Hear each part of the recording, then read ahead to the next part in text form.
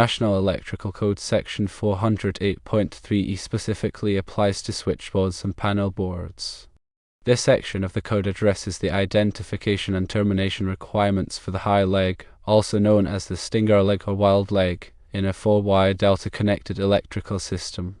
A 4-wire delta system is a type of 3-phase electrical power distribution system. It has 3-phase conductors and a neutral conductor. The voltage between one phase and the neutral, the high leg, is higher than the voltage between the other two phases and the neutral. Because of this higher voltage, it is crucial to properly identify this high leg to prevent accidental connections that could damage equipment or pose safety hazards.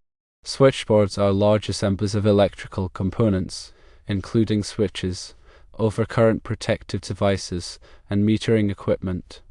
They are used to distribute and control electrical power in commercial and industrial settings. Panel boards, on the other hand, are smaller distribution boards that typically contain circuit breakers or fuses. They are used to protect and distribute power to individual circuits within a building. National Electrical Code Section 408.3e mandates that the high leg in a 4-wire delta system be durably and permanently marked with an orange finish, or by other effective means. This marking must be visible and readily identifiable, and it must be placed at all points where connections are made if the neutral is common to other circuits or equipment.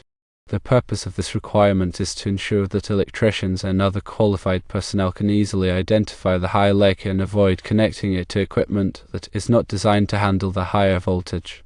A standalone circuit breaker, even if it is enclosed and serves as the main service disconnect and feeds a remotely located panel board, is not considered a switchboard or a panel board under the purview of National Electrical Code Section 408.3e.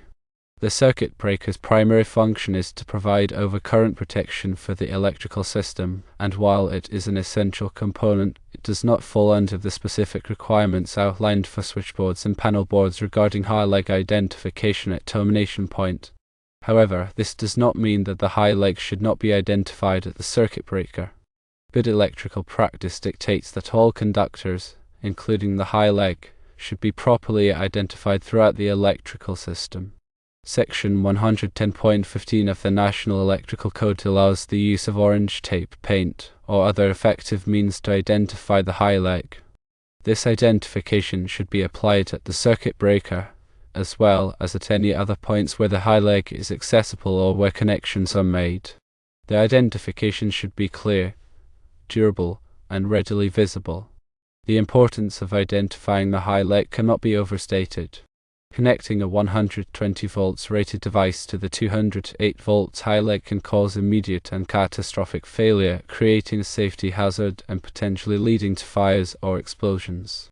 Therefore, it is essential to follow all applicable codes and standards to ensure that the high leg is properly identified and that all electrical work is performed safely and correctly.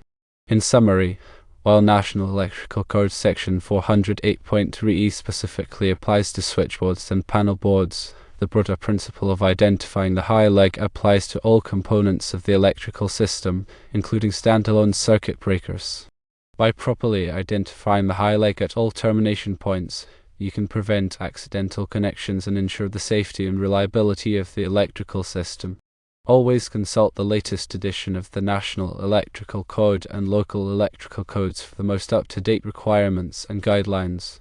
If you are not a qualified electrician, it is essential to hire a licensed professional to perform any electrical work. Remember, electrical work can be dangerous, and it is always best to err on the side of caution.